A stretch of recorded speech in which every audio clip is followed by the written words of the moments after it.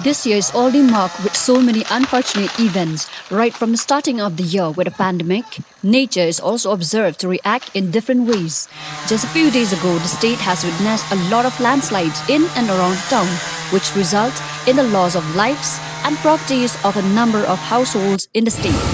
Today morning, one huge tree from Wardsley on the way to Polo near Pinewood Hotel broke and triggered fear in the hearts of the people going through that area.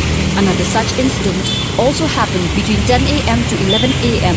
behind the governor's house, in which one tree fell on the electric wire, which caused one of the electric posts to fall on top of one vehicle going through the area at that time.